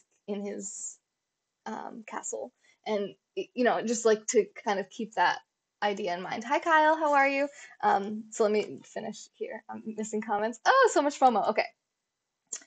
Um, mm, mm, mm. So we must accommodate ourselves great inequality of environment, the concentration of business, industrial, and commercial in the hands of a few, and the law of competition between these as being not only beneficial but essential to the future progress of the race. It's not about equitable wealth distribution, no, right? Technology, right? The Industrial Revolution, right? Capitalism, business. Having accepted these, it follows that there must be great scope for the exercise of special ability in the merchant and the manufacturer who has to conduct affairs upon a great scale. Like, notice how a lot of people were like, oh, like, yeah, he's so evil not to just pay the people any amount that they wanted to get. And Matt, who actually runs a quite successful coffee business, if you want some coffee, check out MVG 512. Notice that his perspective was a little different. He said, it must be hard to have so many employees. It's just a different perspective. Like some people just want to hate on like the businessman, they want to hate on the person who has power, and then some people maybe want to empathize and say like, damn, that's hard to manage thousands of people asking you for a big pay raise and wanting, a lot more money from you, and they're working for you, so you want them to be happy and you want to pay them a fair wage, but it's not like it's easy to navigate business in general. I run a pretty small business and I have my own struggles and challenges. Anyone in here, let's see who else is in here that I know runs a business. Brent runs his own business. Sonam runs her own business. Katie runs her own business. Sorry if I'm missing. I'm sure there's a lot of people in here. If you want to comment in the chat that you run your own business, whatever size it is, you probably have challenges. Now imagine being Andrew Carnegie in the 1900s and like the whole world, like the president is regularly calling you to ask you for advice on public policy, and you're like trying to manage your mills operating like pumping out more steel than ever before in history. Like there's challenges, right? You're not just like sitting, what do they call it, sitting high on the hog and just like hanging out in an opium den all day. I walk my own business. Oh, I said she runs her own business. She's like, actually, I walk my own business. I love that. I love that. That's great. Ooh, that's funny. Okay, here we go. That this talent for organization and management is rare among men is proved by the fact that it invariably secures enormous rewards for its possessor, no matter where or under what laws or conditions. Like parenting, yeah. Dude, I was just saying this in the private group. I'm a part time step parent, And I don't understand how any parents get anything done. Like, dude, my mom was a single mom. She had two of us. How did she even survive that? Like, how did she even have a job? Like, parenting is a job. It is, I, shout out to all the parents out there. Holy crap. What is time management? I just don't understand. Like the days just they just go. And I'm like, oh, I am supposed to stream for 3 hours now, so here it is, 2:19 a.m. Let's talk about Andrew Carnegie for another 40 minutes. I'm not gonna make it another 40 minutes, I don't think, but I'm gonna try. Just doing taxes for your own good. Oh my god, don't get me started about the taxes and the freaking DMV. I don't know how parents do this stuff. Like, worst thing ever is sacking someone, firing someone. As I've always had pretty strong management skills, and I've never actually had to fire anyone, which I think is interesting. I've always been able to, anyone that I wanted to go went on their own. Like they were like, in their mind, they're like, I quit. Like I don't like, and not by cutting pay or anything like that. Um, it's more like it's an energy thing almost. You know what I mean? Like, was it law of attraction? That it's like, I don't know exactly what I did. I don't know if it's like the way that I talked to them, if I was just more stern, kind of like put some pressure on them to produce, to do better, to like, whatever. And they were just like, screw this, I don't want to work for this girl anymore. I don't know. But I've never actually had to fire anyone. And I've been a manager or had people working for me since I was, mm, I don't know, 16, 17? Definitely 19, but I think a couple years before that. I agree with that, Les. Please employ me. Did you watch Julia Roberts and Susan Sarandon in the movie Stepmom as research? I did not. I read a book called The Happy Step Family. Is that what it's called?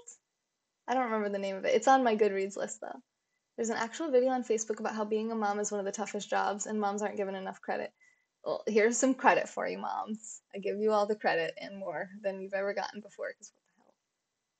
And it's not like the kids are bad. It's just that they're very time and energy consuming and resource consuming. And if you don't have enough money to pay for someone to help you with that, like a nanny or a like housekeeper or like a lawn care professional or whatever the hell things, like I could barely take care of my damn self, And then freaking Shara's got 4 kids. What? What? I can't do this. Laura has 3 boys, and people think I should get a job. I have no time. I also cook everything from scratch. I do everything. It's not about, yeah, you should. I mean, I think what you should do is whatever the hell you want, and everyone else can kiss your butt. And if you don't want them to kiss your butt, they can kiss mine. And I will fart when they pucker up. Okay, nag them till they quit. I don't think that I nag, but you can probably sense that I'm not the, like, I don't know. I'm a bit direct. I'm a bit assertive. Ed's reading this book right now about negotiating, and there's a type of person called assertive. And he said, assertive people, you have to be really careful about the way you talk. You have to soften your words. You have to, because even though you never intend to be rude, you come across that way. And I'm like, oh, that sounds like me. So misunderstood. It's hard. It's rough. Um, but at the same time, like it's not hard for me to say no, and some people really struggle with that. So I'd rather be me than someone who struggles to say no, because what the hell is up with that? Ain't nobody got time for that. I find it easier to be a sound engineer for a major animation studio. Easier what? Oh, to than being a parent? Yeah. Here's my parental algorithm. 2 parents, 1 child, evenly matched. More, you're outnumbered. Hey, David. Lawn care to water your kids. No, I mean like because otherwise you have to do it yourself. Like there's no time for anything but childcare. If I ever get a business in America, I may get a clone of you to run it. Best person to sack someone. Perfect. I don't sack anyone. Shara's got 4 kids just since the scope started. Um, yeah, I'm pretty sure that's probably true. Quadruplets? So what are we up to now? 8? A Manny. Yes. You could get a Manny if you want. Not a pushover.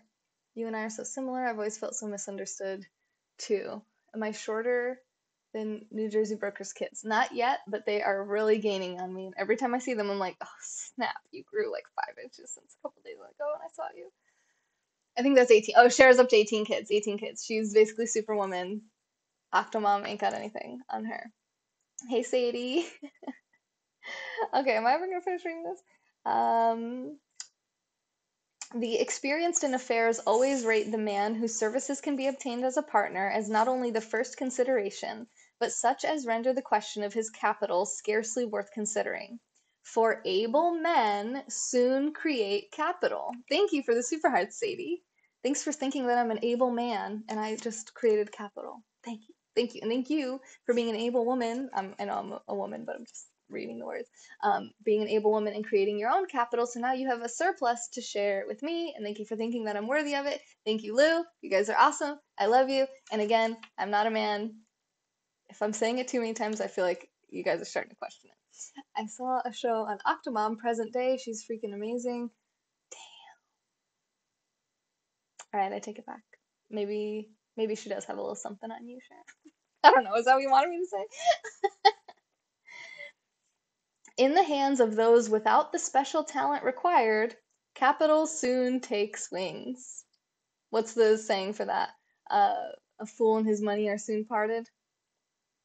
So don't just leave your money to your kids. Oh, I didn't finish saying that. So that was, oh my God, I didn't even finish the whole freaking thing. Okay, so you get it. You get it. You get it. You get that point. So I didn't finish. Rewind to like 15 minutes back. So, oh, and by the way, I'm also not a man. Okay, so I'm wearing a skirt, so I couldn't be a man, right? Although I do have a ball sack.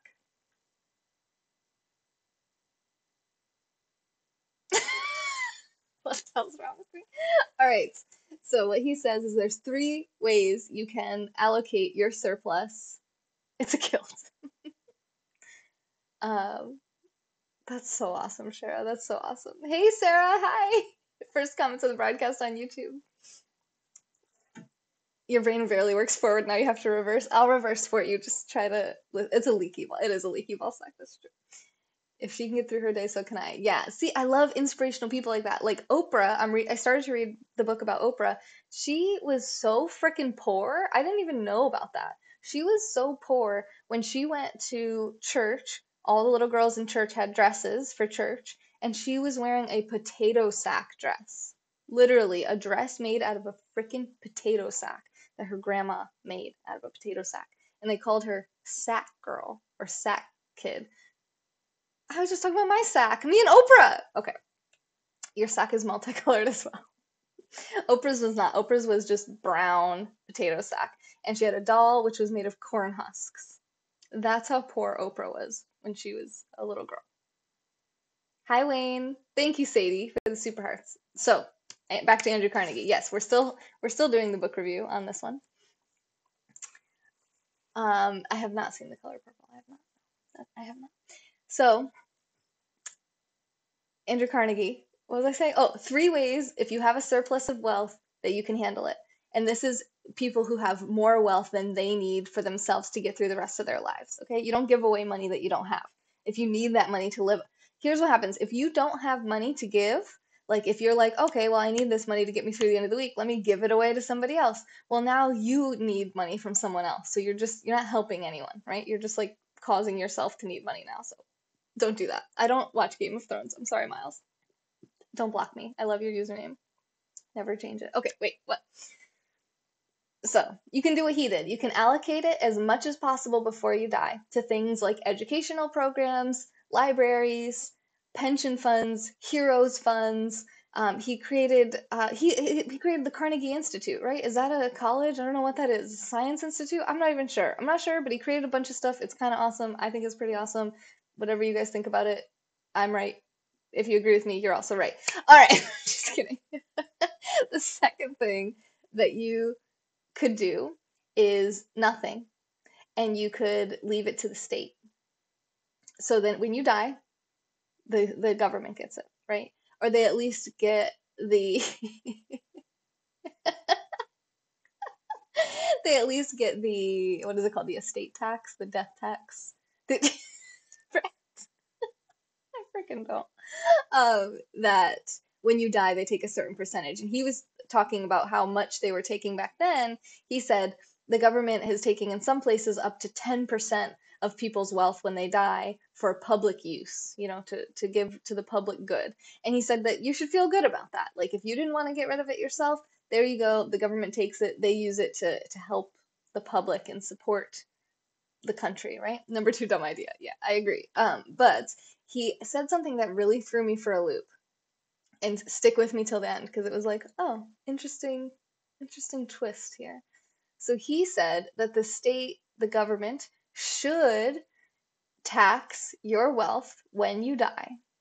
They should take a portion of it, and that it should be on a sliding scale. So the more money that you have when you die, the higher percentage the government should take, all the way up to 50% of your wealth. If you have like billions of dollars, he says the government should take 50% of that money. Now that really caught me off guard because Chris, I said, wait for it.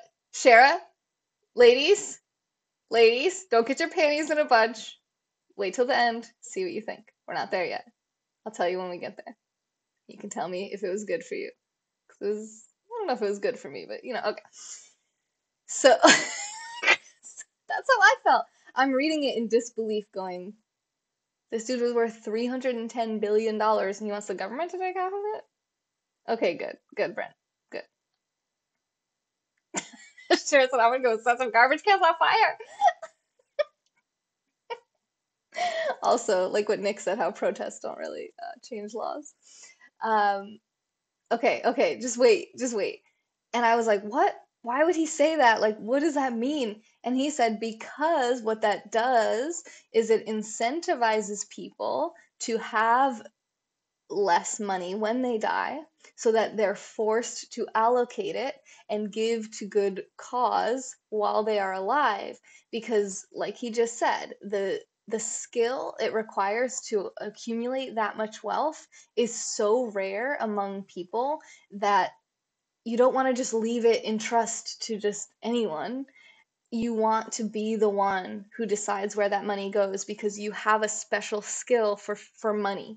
You have a special skill for money management and investing and figuring out what a good expenditure of that money is. So it's up to you. And that threat of knowing that if you don't do it, the government's going to take it and they're going to do what they want to do with it is good because it lights a fire under you. It motivates you to take care of it yourself. Because if you want to give it to your children, you can give it to your children before you die. And then the government doesn't take a portion of it. Now, I don't know if that's still true today, but in the 1900s, that was true. So he's like, if you want to give it to somebody, don't leave it to them when you die. Just give it to them. To say, here you go. Because then you can give people money. You can give people your money, right? You don't have to like pay a tax to just give someone money if you so desire to do that. Now, John, that's probably true now. He said they would pay a gift tax as income.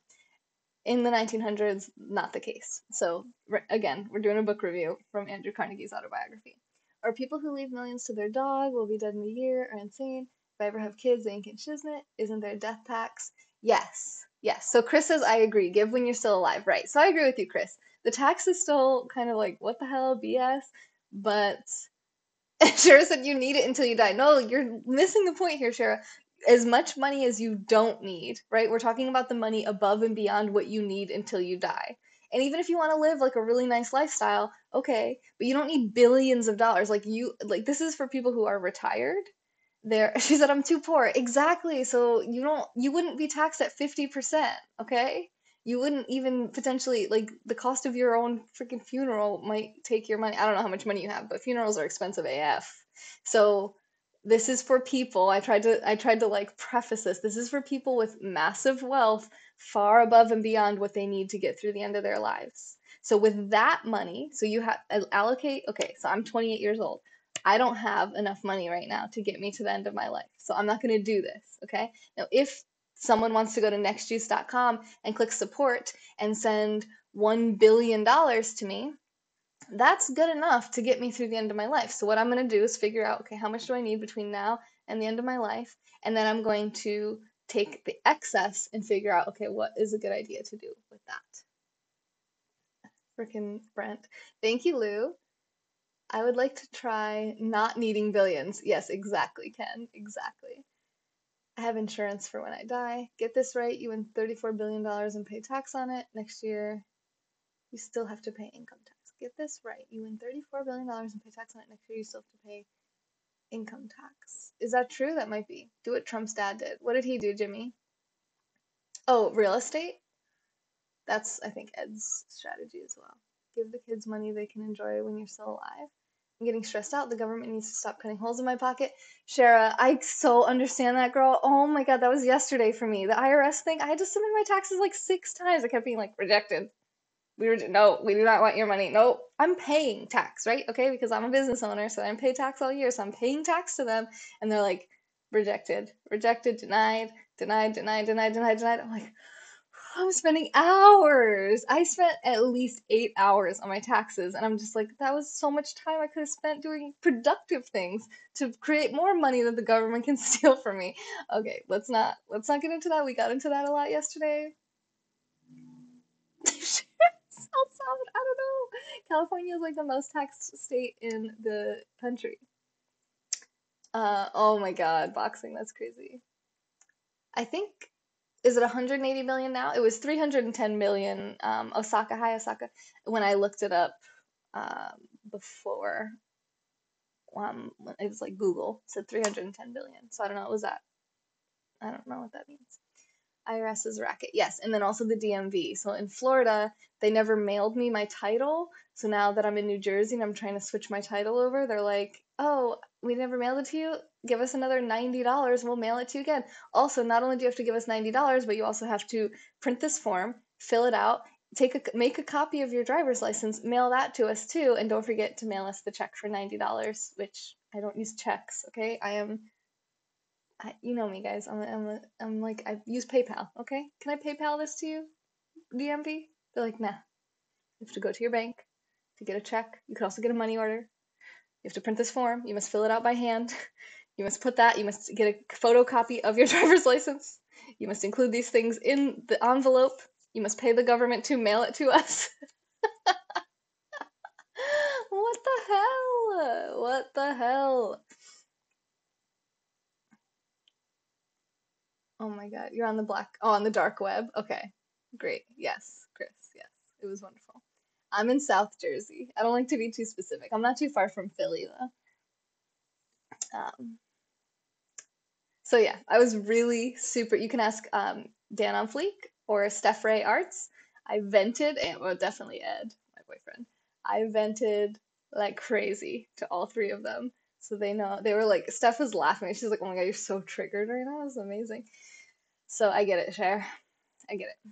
Um, and then the third thing you can do with your excess wealth is leave it to your children. But I kind of just addressed that. He basically says, like, delegate it while you're still alive and realize that you don't leave your kids billions of dollars because you're trying to help them out. You do that because you want to feel proud of yourself. And that is not a good motive to work from because as we see with the lottery winners, giving someone a bunch of money that they didn't earn, have no idea how to manage or create, it's just going to flutter away from them very quickly, and they're probably going to be disadvantaged and have problems because of it. So you're actually burdening your children by leaving them too much money. So don't do that. Yes, yes, Osaka, exactly. We just jinxed, basically. That's exactly what he said, is that you want to teach your kids how to create wealth. You don't want to teach your kids like they don't have to do anything because you're just going to give them a bunch of money and take care of everything. Take care of them when they're children, little baby children. But as like I mean, Ed's kids, my stepkids, are 6 years old and they are quite independent at a lot of things. Obviously, they don't like fully take care of themselves, but they can like go to the bathroom themselves.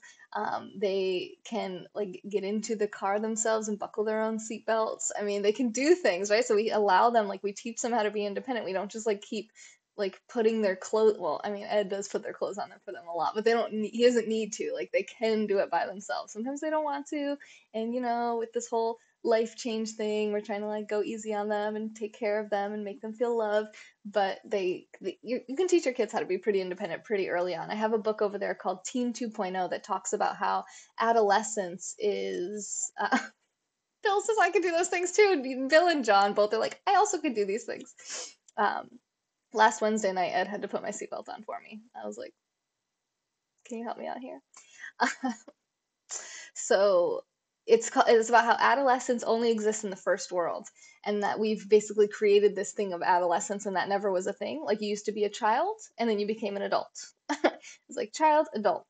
You were a kid, and then around the age of like 12 or 13, you were a man now, and you have your household, and you like support it. You hunt, and you are a man.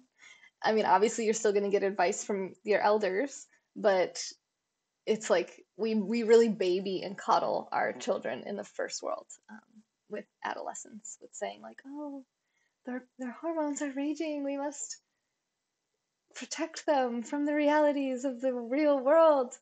But what age should you be doing those things for yourself? Asking for a friend, Brent? The answer is you should already be doing it. I'm not sure how old you are, but you should have that figured out by now.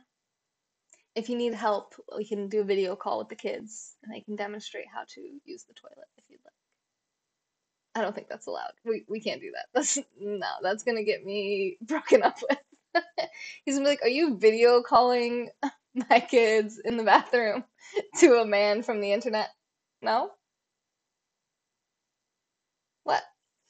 Okay, that was a bad plan. We can do the seatbelt thing. How about the seatbelt thing? Does that sound good? I can demonstrate the seatbelt thing for you. We don't have to get the kids involved, okay? I don't want to get in trouble for this. Sometimes I make a joke and I think, I just want to make sure everyone knows that's a joke, and then I get scared and I just go, okay, let's just end this. Mike, hello, how are you? We got some monthly sponsors in the house. We got Shara, we got Matt, we got Mike, we got Brent. Carnegie paid for half my college tuition 100 years after he died. Yes, exactly. Exactly. How about climbing the dryer? No, we definitely do not teach the kids to do that. That would be very bad. Katie, with Katie, we have Bill. Are you a monthly sponsor? I don't think Bill's a monthly sponsor, but he is a sponsor. And Laura, very exciting. Tomorrow's an exciting day. Oh, it's actually today. Ah! Okay. Technically, I need to do like 19 more minutes of content. I don't want to. Holistic Deb, she's a monthly sponsor, and she's a content creator on this channel, and she'll be live tomorrow. Did you get back to me on Skype? I gotta get you the contract, but I don't know what show you're doing on Thursdays. Can you train Rottweilers to go toilet in the toilet? I'll write you a check. No, but you can potty train cats, actually. Don't worry, I think everything you say is a joke. Yes, you do, but not everybody does. Some people watch my broadcasts that don't know me that well, I guess. Like Brent knows me. Okay, this is content? I thought we were just arguing. All right, bring it on. What arguments you got for me? We'll do it. Okay, yes. There's a video you can get that teaches kitties how to poop in the toilet. Yes, yes, there is. City Kitty. It's called something like that. I saw it on Shark Tank, and then I looked it up, and I was gonna get it. Actually, I did get it for my other cat, but she was too old, and she was like, "No, screw that. I'm gonna pee on the floor." And I was like, "Oh, that was bad. I want my cat to poop in the toilet." No, no, you can teach. Look up City Kitty. It's a thing. It's like a thing of litter. It's a like an attachment that goes under the seat of your toilet, and it has litter in it. So they see that, and you show them, like like you did with the litter box when you first got your cat. Deb is too positive and happy. Can you take the juice down? Can you like go from the next juice to like the old juice? My cat's like yesterday's juice. I'm currently reading Everybody Poops. I'm only on page 3. No spoilers, please. Okay, well, okay. I won't tell you. I feel like the title already kind of spoiled it, but we're gonna move forward. So it's cat litter, right? So they just go, they use the litter box like normal, okay? You take care of it like you do with your normal litter box. Then there's a secret little middle piece. So like let's say it's this big. Well, there's this little tiny hole, like let's say like this big, and you take that part out, and then it's still litter and all the rest. And you have to get flushable litter because some of the litter is going to go in the toilet. Yeah, in 3 steps. Yes, Emily, exactly. I'm demonstrating the steps right now. And then you take that part out, of the thing, that bowl that goes under the toilet seat. And then there's a little hole, and that reveals the toilet water underneath. So then the cat jumps up and they use it again, and maybe a little something goes into the toilet that time, okay? And this isn't like 3 times that they go to the bathroom. This is over a period of, I don't know, like a week or two or something. And then there's another hole, and you take that away next, okay? So now like a good part of the toilet bowl is showing, or the toilet water is showing, and they're going to be like, what the hell is going on with this? But they're going to start learning how to balance on the toilet seat rather than on the thing in the middle. Yeah, my cat always used to poop outside too. He dug a hole and buried his poop. He dug a hole, he pooped in it, and he buried it. It was amazing. I was like, this is the best thing ever. Well, it's only like this for a week or two, Deb, and then your cat uses the toilet. So then, and what I heard, the reason that they use litter is because it covers the scent of their poo because they don't want predators to come get them, right? Like you, apparently, because they live in a house. But let's move forward. So the water, they realize that the water covers their scent just as good. That when they poop in the toilet, there's like it covers the scent. So then finally, last and not but not least, you remove the entire thing, and then they just jump up there and they go on the toilet. They can't flush it though. You do have to flush it. So you might find some cat poo in there sometimes. But what's better, flushing the toilet or dealing with cat litter? The lion in your living room, exactly. And the cat falls in, drowns, and you never have to clean the litter again. No, it's not gonna drown.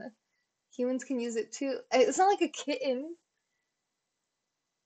Why they would want to, I don't know, but they can. If you would like to poop in the litter box there too, you could.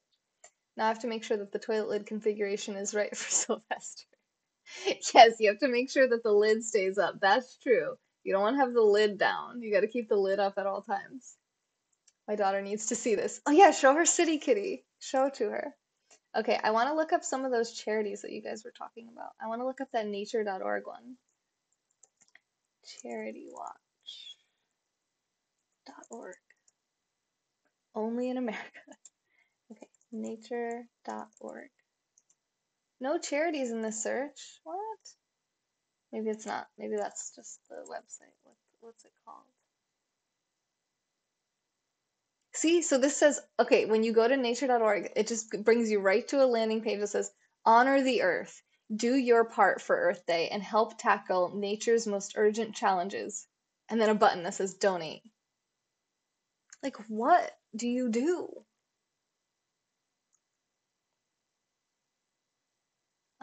Okay, the Nature Conservancy, that's what it's called. Okay. The Nature Conservancy. I don't know, Brent. The Nature Conservancy. There are no charities in this search. What the hell?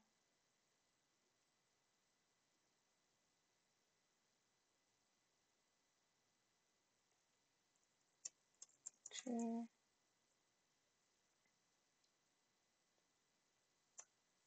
Bennett was able to cover his tracks by giving false information.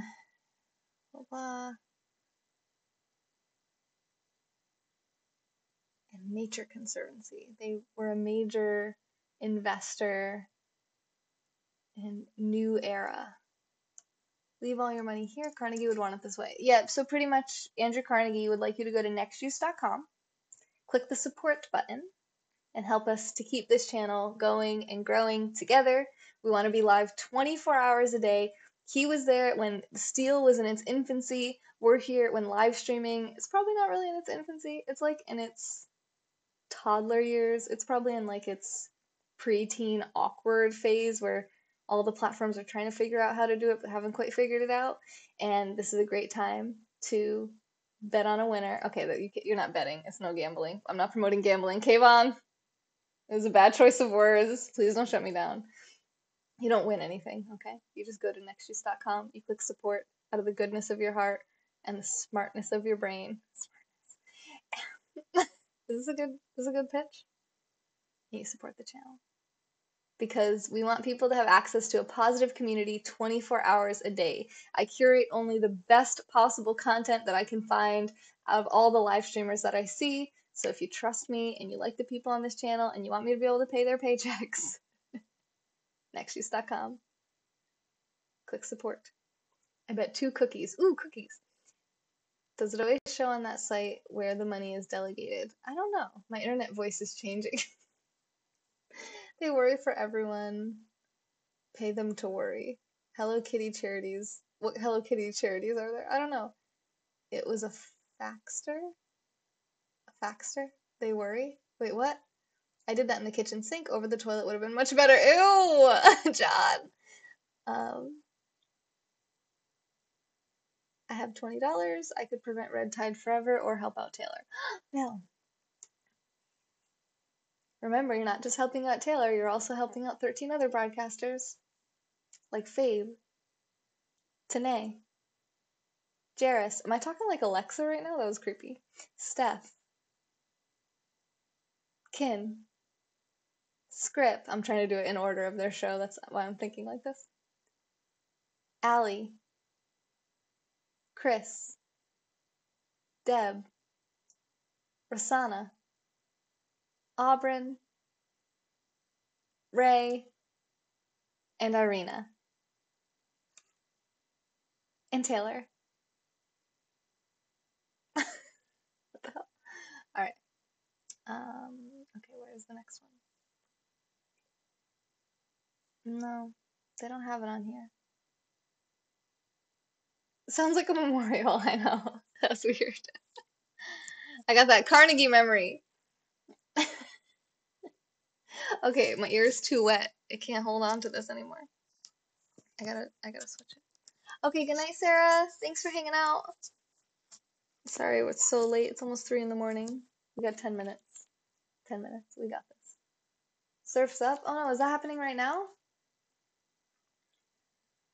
Okay, what we do. Well, actually, let's see. It has this thing. See how we're changing the way we save our oceans. Okay.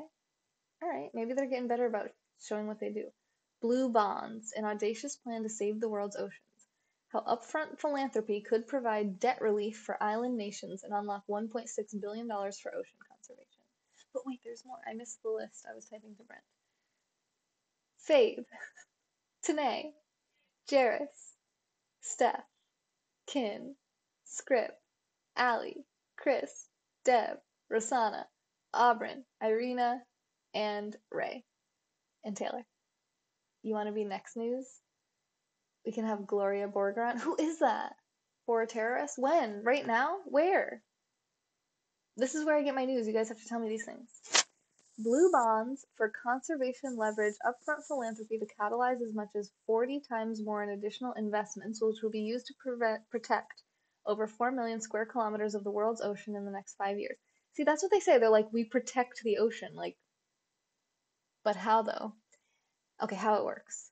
TNC, the Nature Conservancy, is helping 20 island nations refinance their national debt.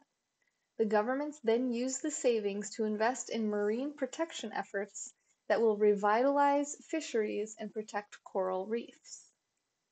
Like what?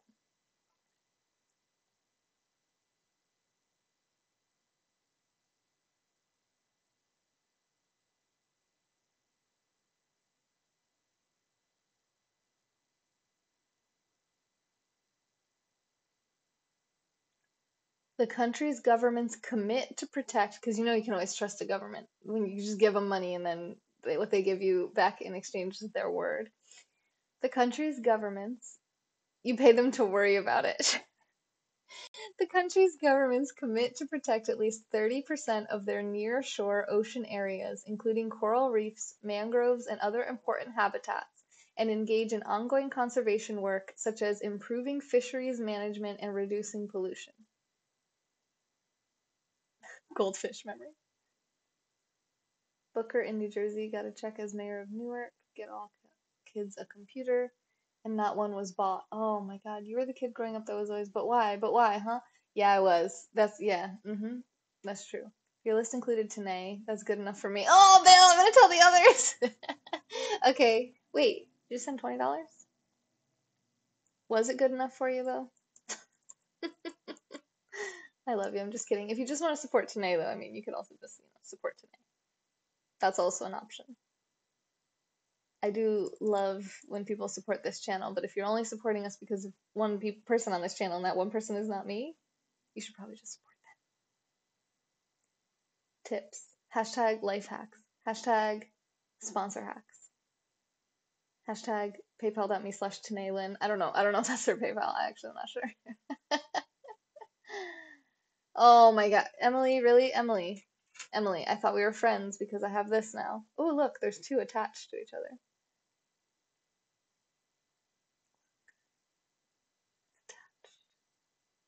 I wonder if I could attach the third one. It's like that. Bill said that, but has Chris in this picture. Don't tell Chris and Allie. I know. I was like, that's what I would have thought you would have said. Um, oh, yeah, like this. What does this remind you guys of? Barrel of Monkeys? This reminds me of. And then I gotta use my pinky fingers. Why are you doing? Why are you? Pinkies. Pinky power. Yes. Woo! Wait. Oh crap! They slid in front of each other. Pinkies. Power the pinkies. Woo! Three kitties. Emily. Oh God. Okay. Yeah. It's a Hello Kitty mobile. How do you say it? Mobile? Yes, Joel. That's exactly. That's what I was going for. We have 5 minutes. Okay.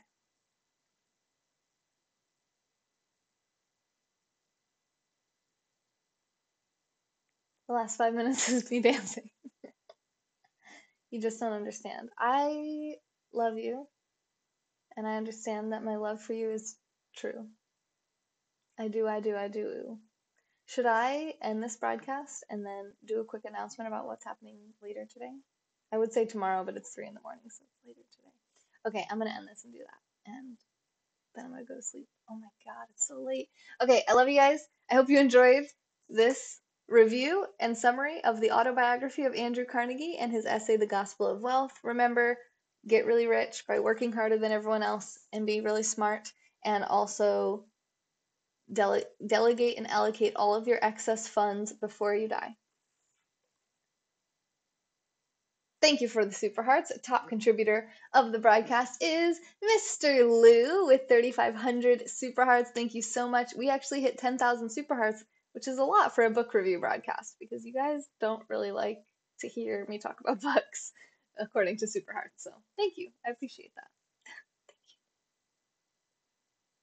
It's like the reverse butterfly. All right. Thank you, Shara, for 2,000 super hearts. Matthew for 1,000. Boxing and Victoria. Thank you guys. Thank you, Sadie, for 2,800. 20. Thank you, Lou and Brad. You guys are awesome, and I am delirious. I love you very much, and I hope you have a great night. I'll be back in a minute to give one more announcement. Forgot the word because I'm pretty sure I'm asleep right now. This has been a moment in time with Taylor. Don't forget to go to the website nextjuice.com. Click the support button and help us out. Andrew Carnegie would want you to. He told me himself in this book that he wrote. It didn't have my name exactly, but kind of the same concept. Thank you, Brent, for the super hearts. Thank you, Bill, for the super hearts. Thank you to everyone who's contributed over the last 30 days. I hope to see you on the next juice.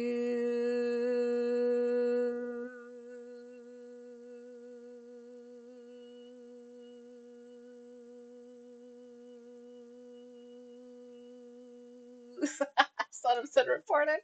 Bye. That didn't do anything. Okay. I love you, Emily. I love you all. Okay. Not suitable for my ears. Bye.